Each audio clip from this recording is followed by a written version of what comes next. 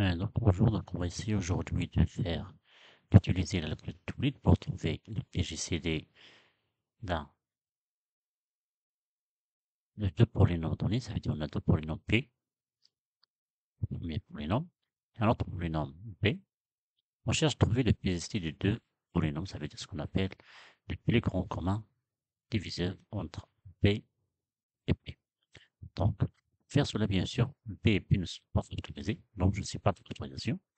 Donc c'est pour cela qu'on va utiliser la division successive, la division successive de P et de P. Donc on va commencer. Donc on a deux polynômes. Donc on a P. Tout d'abord, on cherche le PGCD de P et de P. L'algorithme multiplicate il dit que le reste de la division de cela, ça veut dire si j'effectue la division de P par P, ça veut dire je fais P divisé par P. Bien sûr, je vais trouver un certain reste et un certain quotient ici. Ça veut dire, l'algorithme dit que je, si j'effectue la division, ça veut dire le PGCD de P de P, c'est exactement le PGCD de P, ça veut dire pour quelle part que j'ai divisé, et avec le reste que j'ai trouvé ici, R1. Q1, R1. Donc, si j'arrive à trouver le plus entre les deux, c'est bon. Sinon, je peux effectuer encore la deuxième division. Ça veut dire diviser P par R1. Ça veut dire que je vais trouver un certain R2 et un certain Q2. Donc, sinon, je peux avoir le reste, je peux trouver le PGCD, sinon, je peux encore effectuer le PGCD entre R1 et R2. R1 avec R2. Ça veut dire, à un certain temps, je vais trouver que le reste, ça veut dire un certain. Bon, R est égal à K, moins 1, je le divise par R, K. Un certain K, je vais trouver 0 ici, par exemple. Dès qu'on trouve 0, ici, bien sûr que K est différent de 0. Ça veut dire ici, à la fin, le PGCD sera exactement celui-là qui est différent de 0. Ça veut dire R, A. Et bien sûr, je dois faire attention que celui-là qui est de PGCD, bien sûr, je dois le normaliser. On va essayer d'appliquer ça. Cet exemple-là, qui est en haut, ça veut dire celui-là. Je prends P ça, et je prends dans P cet exemple-là. On va essayer de chercher le PGCD entre les deux en utilisant cette méthode-là. Donc, on a P, on a P égale,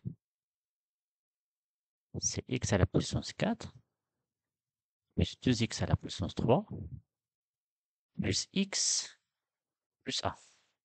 Et on a aussi P égale x à la puissance 3, plus x plus moins 1, pardon. On va essayer de faire cette division-là. Je cherche PGCD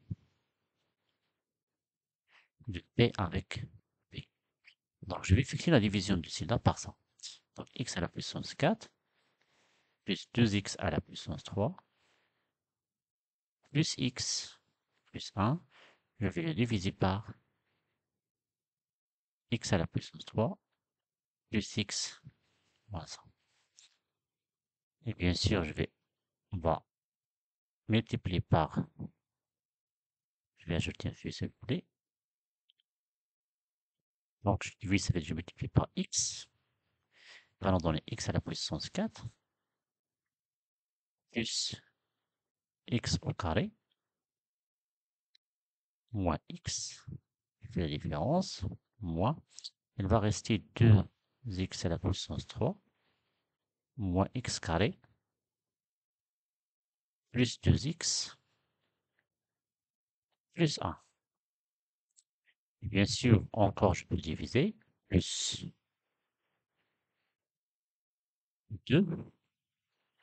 Donc, c'est 2x à la puissance 3 moins 2 plus 2x moins 2.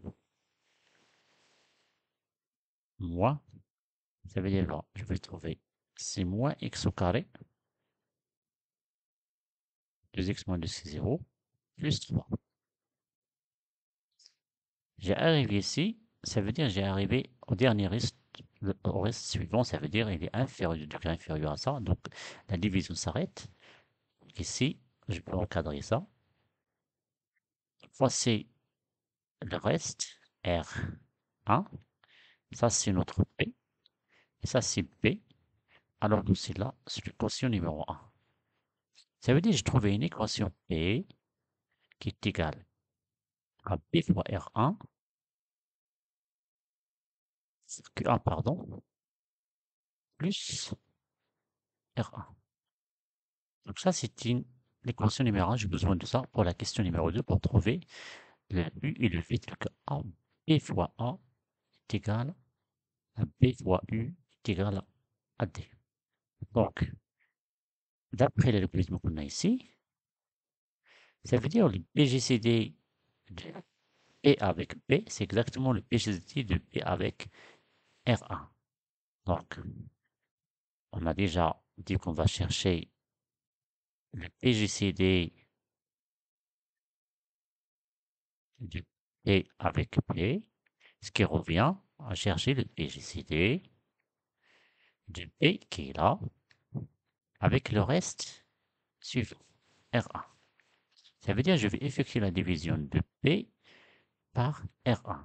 B déjà c'est x à la puissance 3, plus x moins 1. Je vais le diviser par le R1, ça veut dire c'est moins x au carré, plus 3. Donc, la division suivante, c'est moins x, bien sûr.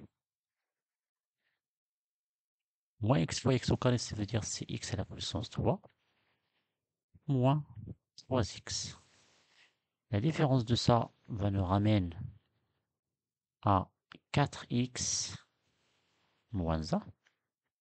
Bien sûr, heureusement, on a trouvé rapidement que celui-là est de degré inférieur à moins x au carré plus 3. Ça veut dire ça c'est, je vais renommer les choses encore. Donc ça c'est notre B, ça c'est R1, ça c'est le nouveau reste, ça veut dire R2, et ça c'est le quotient Q2. Ça veut dire qu'on a trouvé une équation et la deuxième équation, B égale R1 fois R2, R1 fois Q2, pardon, plus le nouveau reste R2. Ça veut dire que c'est la deuxième équation qu'on peut avoir comme ça. Je n'ai pas encore trouvé 0. Ça veut dire que je dois encore effectuer la division collidienne de quoi? Ça veut dire PGT de P avec P, c'est exactement PGT de P avec R1, qui sera égal aussi le PGCD. Bien sûr, je vais le diviser par R1 par le nouveau reste qui est R2. Et alors, la division collidienne, la troisième division, ça c'est la deuxième, ça c'est la première division. Ça veut dire que je dois effectuer la troisième division. Ça veut dire que je devais diviser R1 par R2. Ça veut dire que c'est moins x au carré plus 3. Je vais le diviser par 4x moins 1. Donc, je dois multiplier par moins 1 sur 4 x pour avoir ici moins x au carré. Et moins 1 sur 4 x pour moins 1, ça veut dire que c'est plus 1 sur 4 x. Et donc, on va calculer ça. Et encore ça, voici là, c'est 1 sur 4. Donc, on va effectuer la division. Je peux trouver ici, c'est 0. Et 3 moins 1 sur 4, ça veut dire c'est moins 1 sur 4 x plus 3. Donc, on a le même degré, donc je dois encore diminuer le degré. Ça veut dire que je dois multiplier par moins un sur, bien sûr, pour avoir moins un sur 4, je vais multiplier par moins un sur 16. Moins un sur 16 fois 4, ça veut dire moins un sur 4 x plus un sur 16. Donc, je vais effectuer la division. Bien sûr, ça moins ça, c'est 0. Et 3 moins un sur 16. 3 fois 16, c'est 48. Moins un, ça veut dire c'est 47. 47 sur 16. Et alors, donc, je termine la division. Ça veut dire c'est le nouveau reste. Ça veut dire ici, le reste numéro 3. R3. J'effectue la division de R1 par R2. J'ai trouvé un quotient que 3. Ça veut dire que j'ai trouvé une nouvelle équation R1 égale à R2 fois le Q3 plus R3. Ça veut dire que c'est la nouvelle équation. Ça veut dire la troisième équation. Ça, c'est la troisième. Ça, c'est la deuxième. Bien sûr, la première, elle est en haut, c'est P divisé par B. Celui-là est un nombre, bien sûr. Puisque le reste est différent de 0, donc je dois encore effectuer la division par de R1, R2 par R3. Ça veut dire que le PGCD de P avec P, c'est exactement le PGCD de P avec R1, il sera égal à PGCD de R1 avec R2, et sera aussi égal au PGCD de R2 avec R3. Bien sûr, celui-là est différent de 0, donc je dois effectuer la division. Ça veut dire que je dois diviser R2 par R3. R2, c'est 4x moins 1. Je vais le diviser par 47 sur 16. Et bien sûr, je sais que c'est un nombre, c'est un scalaire. Ça veut dire que la division me ramène à 0. Je suis sûr de ça. Parce que tous les polynômes sont divisibles par les nombres non nuls du cas en général, cas de x. Je travaille bien sûr dans R de x. Tous les lambda, quel que soit lambda appartenant à R, lambda divise n'importe quel p. Et donc ça, je vais trouver 0, bien sûr. Ça veut dire que le dernier reste non nul, c'est R3. Donc, je vais écrire ça. Donc, le dernier reste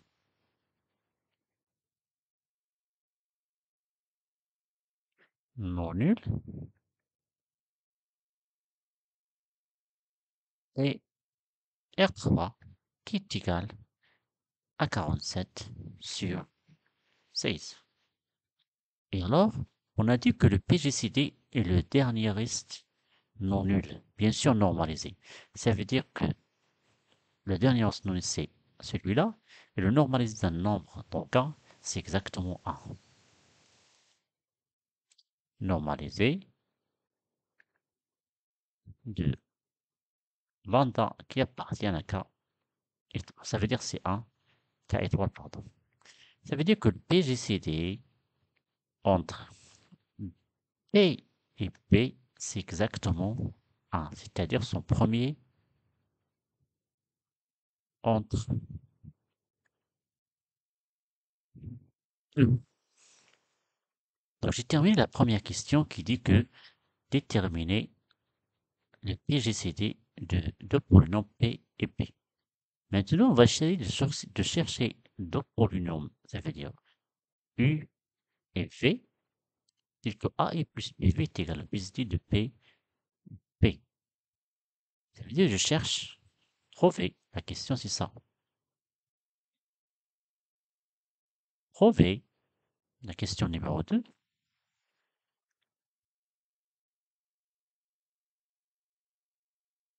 Trouver U et V de polynômes de R de X dit-il que P fois U plus P fois V égale le PGCD de P avec P. Ça veut dire égal à 1. Notre cas, c'est 1. Donc, pour prouver ça, on va utiliser les trois équations qu'on a trouvées dans les trois divisions. Donc, l'équation numéro 1, 2 et 3. On va utiliser seulement les symboles et après, on va remplacer par ce qu'on a comme polynôme donné ici. Je commence, j'écris les trois équations. Tout d'abord, on a l'équation numéro 1. On a P, la première équation est égale à P fois Q1 plus R1. La deuxième équation, P égale à R1 fois Q2 plus R2. Et la troisième équation, c'est R3 égale R2, pardon, égale à R3, R1, pardon. Je dois effacer celle-là, la dernière. Donc, R1 égale à R2 fois Q3 plus R2. Donc, on a trois équations à utiliser. L'équation numéro 1, 2 et 3. Pour cela, on va commencer par la dernière équation. Ça veut dire qu'on va faire la remontée. Donc, je vais aller dans ce sens-là. Je commence par ça, après celle-là, et après je fais la troisième. Comment? Donc, la première me permet d'écrire ici que le R3 que je connais qu'il est en relation avec 1 égale R1 plus ou moins R2 au Q3.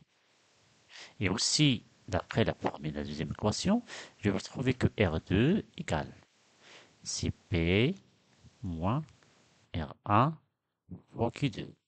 Et je trouve dans la première équation que R1 égale E moins P fois Q1. Donc, je commence par la troisième équation. C'est là. On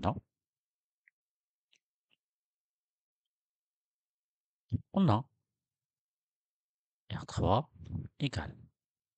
C'est R1 moins R2 fois Q3. On a R2, c'est là. Je vais la remplacer par ce R2 là. Ce qui va nous ramener à ça. R1 moins R2 c'est P moins R1 fois Q2 fois Q3. Je peux simplifier, ça veut dire développer pour rassembler sur le R1 qui va nous donner R1 moins P fois Q3 plus R1 fois Q2 fois Q3. C'est-à-dire ça va nous donner R1 facteur de 1 moins Q2, pardon, c'est plus Q2 fois Q3 moins P fois Q. Et encore, il reste encore R1. Ça veut dire que je vais remplacer R1 par celle-là, R1 qui est là, par ici. Donc, qui va nous donner, on trouve, R1 c'est P moins P fois Q1, facteur de 1 plus Q2 Q3 moins P fois Q3. On développe ça, bien sûr. Je vais trouver P fois ça. Donc P facteur de 1 plus Q2 Q3 plus P fois celui-là. Donc P, bien sûr on a un moins ici. facteur de moins 1, à moins qui est là, moins Q2, Q3. On a un autre moins ici. Je vais le faire entrer ici, à l'intérieur du point. Donc, je l'ai écrit après, je dois écrire moins P fois Q3. Ça veut dire, c'est exactement, ça veut dire le R3 égale à P facteur de 1 plus Q2 Q3 plus P facteur de moins 1 moins Q3 moins Q2 Q3. J'ai oublié un Q1 quelque part, parce que ça c'est Q1. P fois Q1, ça veut dire ici. J'ai oublié d'écrire Q2 1, pardon. Oublié Q1 ici, s'il vous plaît. Ça veut dire ici c'est Q1. On a un Q1 qui est caché quelque part ici. Donc ici, je vais l'écrire. Ce Q1 là, je dois l'écrire ici. Q1. Ça veut dire que je dois le rentrer là. Q1 et Q1, Q2, Q3. Q1, Q2, Q3. Et si je produis de ça, moins Q3. C'est bon. Ça veut dire que le R3 qui est égal déjà 47, je pense, sur 16. Oui, c'est 47 sur 16. R3 est égal à 47 sur 16 égale à P facteur de 1 plus Q2 Q3 plus P facteur de moins Q1 moins Q3 moins Q1 Q2 Q3. Et alors, j'ai trouvé que ça, il suffit de faire diviser par ça, ça veut dire 1 qui est égal exactement le PGCD de P avec P égale bien sûr P fois 1 plus Q2 Q3 sur 47 sur 16 plus P fois bien sûr moins Q1 moins Q3 moins Q1 Q2 Q3 divisé bien sûr par 47 sur 16. On a trouvé notre U, exactement celui-là, c'est le U, et ça, c'est exactement V. Ça veut dire qu'on a trouvé que 1 de U fois P plus le P fois V, c'est exactement le PGCD1 que j'ai trouvé. Donc finalement, on a trouvé ça. Et il suffit maintenant de remplacer chacune par ses valeurs. Ça veut dire si je cherche c'est quoi le U, et U exactement sera égal, c'est 16 sur 17 fois 1 plus Q2 Q3. Ça veut dire c'est 16 sur 17 fois 1 plus, je vais voir qu'est-ce que c'est quoi Q2 Q3. Q2 c'est moins X et Q3 c'est moins 1 sur 4X moins 1 sur 16. Q2 Q3 moins X, ça veut dire c'est moins X fois moins 1 sur 4X moins 1 sur 16. Ça veut dire que je peux remplacer encore. Ça veut dire, on peut remarquer que ça c'est 16, 16. Donc je peux simplifier par 16, 16. Il reste 1 sur 17, facteur de 1, moins au plus 4x au carré, parce que je dois avoir ici 16, plus x fois moins 1, ça veut dire 6x. Donc ça c'est notre U. Donc après je calcule V est égal moins Q1 Donc, c'est 16, pardon, ici. C'est 46, 47 ici, s'il vous plaît. 47. 16 sur 47, multiplié par, avec un moins à l'extérieur, je vais l'écrire à l'extérieur, Q1 plus Q3 plus Q1, Q2, Q3. Ça veut dire on peut remplacer. Q1 déjà c'est quoi? Je ne sais pas. Q1 c'est ça. C'est x plus 2. Donc c'est x plus 2.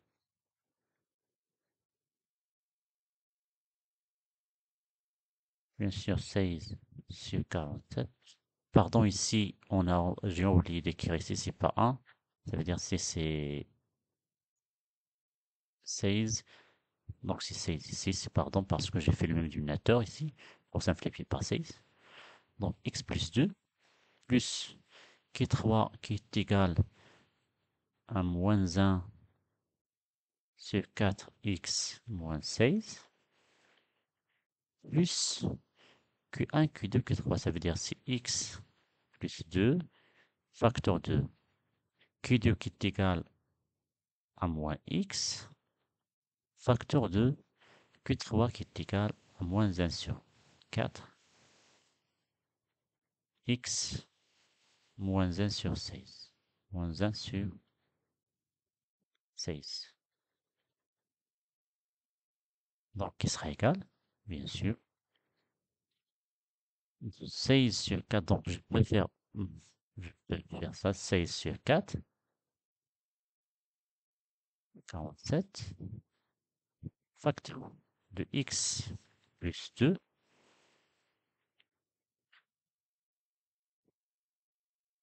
moins 1 sur 4, x, moins 1 sur 16, avec un moins ici, j'ai oublié. Et je dois développer ça, ça veut dire c'est moins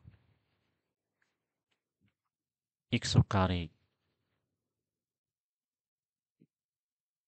plus 2x, facteur 2, moins 1 sur 4, x, moins 1 sur 16. Ce qui va nous donner moins 16 sur 47, facteur 2 de ça. Donc, je simplifie ici là. Bon, x plus 1 sur 4, x plus ça, ça veut dire c'est ça c'est moins. Ça veut dire c'est 4 moins. Donc 3 sur 4, x. 16 fois 2, ça veut dire c'est moins. Plus 32 moins 1, ça veut dire c'est 31 sur 16. Je dois développer ceci là, ce qui va nous donner x au carré fois ça, ça veut dire c'est moins x à la puissance 3 sur 4, moins x au carré sur 16, plus ou moins 2x sur 4, moins 2x sur 16. Et bien sûr, je peux faire les dénominateurs après, j'enlève les dénominateurs, je vais trouver c'est moins 1 sur 47, facteur 2. Ça, c'est 16, ça veut dire c'est 12x plus 31.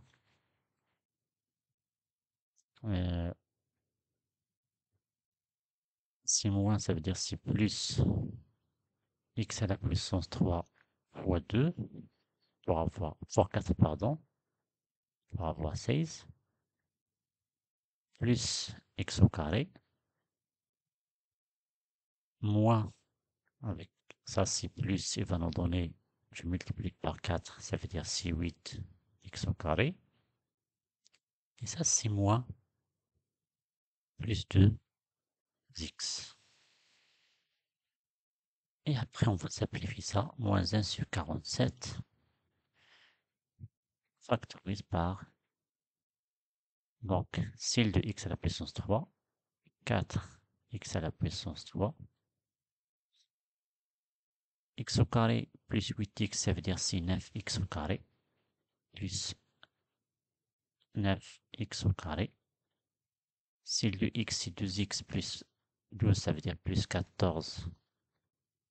Il reste 31, ça veut dire plus 31. Donc ça, c'est notre v qu'on cherche. Ça veut dire on a trouvé v, et on a trouvé u. Ça veut dire finalement on a trouvé que p égale p fois u plus p fois v égale le PGCD qui est égal à 1. Donc on a répondu à la question, bien sûr, si j'ai pas fait de faute de calcul, bien sûr. Donc c'est terminé. La question suivante, ça vient trouver le PGCD entre deux polynômes, celui-là et celui-là, et après chercher le U et le V de telle sorte que A et plus B V est égal au PGCD de P de P. Ça c'est pareil si je trouvais que le PGCD n'est pas égal à 1. C'est la même chose. Ça veut dire que je trouve un polynôme qui n'est pas unitaire, ici, un polynôme K, ou D, je le normalise et je trouve c'est quoi le PGCD, ça veut dire c'est exactement D. Et donc, je cherche de la même manière. Je commence par la dernière équation. On a trouvé le R3 différent de 0. R2, ça veut dire le dernier reste non nul. Et je commence par ça, par la dernière, et je remonte pour trouver c'est quoi UUV final. Donc, bon courage.